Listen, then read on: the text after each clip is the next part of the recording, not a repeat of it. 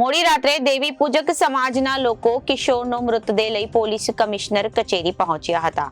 સમાજના લોકોએ ન્યાયની માંગ કરી હતી અને 15 વર્ષીય બાળ મજૂરી કરતા કિશોરનું શંકાસ્પદ હાલતમાં મોત નીપજ્યું હતું। અમરોલી હાઉસિંગમાં રહેતા દેવી પૂજક પરિવારના 15 વર્ષીય દીકરાનું મોત નીપજ્યું હતું અને 15 વર્ષીય ચિરાગ મીઠાપરાનું બાંધકામ સાઇટ પર શંકાસ્પદ રીતે મોત થયું હતું। કતારગામ ગજેરા સર્કલ પાસે બાંધકામ સાઇટ પર 15 વર્ષીય કિશોર કામ કરતો હતો।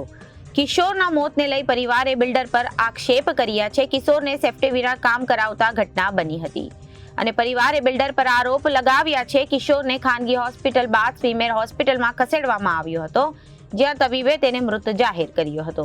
કિશોરના મોત મામલે પરિવારે ન્યાયની માંગ કરી છે અને બિલ્ડરની બેદરકારીથી કિશોરનું મોત થયું હોવાનો પરિવાર દ્વારા ગંભીર આક્ષેપો કરવામાં આવી રહ્યા છે। આ બાબતે પોલીસ ફરિયાદ નહીં લેતી હોવાના પણ પરિવારે આક્ષેપ કર્યો છે। કિશોરને ન્યાય અપાવવા દેવી પૂજક સમાજે ન્યાયની પુકાર લગાવી છે। ઉચ્ચ અધિકારીઓ યોગ્ય કાર્યવાહી કરવાનું કહી મામલો ઠાળે પાડ્યો હતો કે ભાઈ આ છોકરાને ત્યાંથી કોઈ ધક્કો મારેલો છે કે કોઈ મર્ડર કરેલું છે કે શું છે, એને એના પરિવારને શક છે।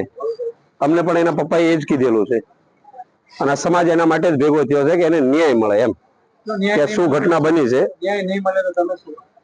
ન્યાય નહીં મળે તો સરકાર સામે અમે ધરણા કરશું, બરાબર છે। પૂરો સમાજ, સુરત આખો, ઓલ ઓવર ઇન્ડિયા આખો સમાજ અમે ધરણા કરશું અને ચિરાગભાઈને ન્યાય મળે।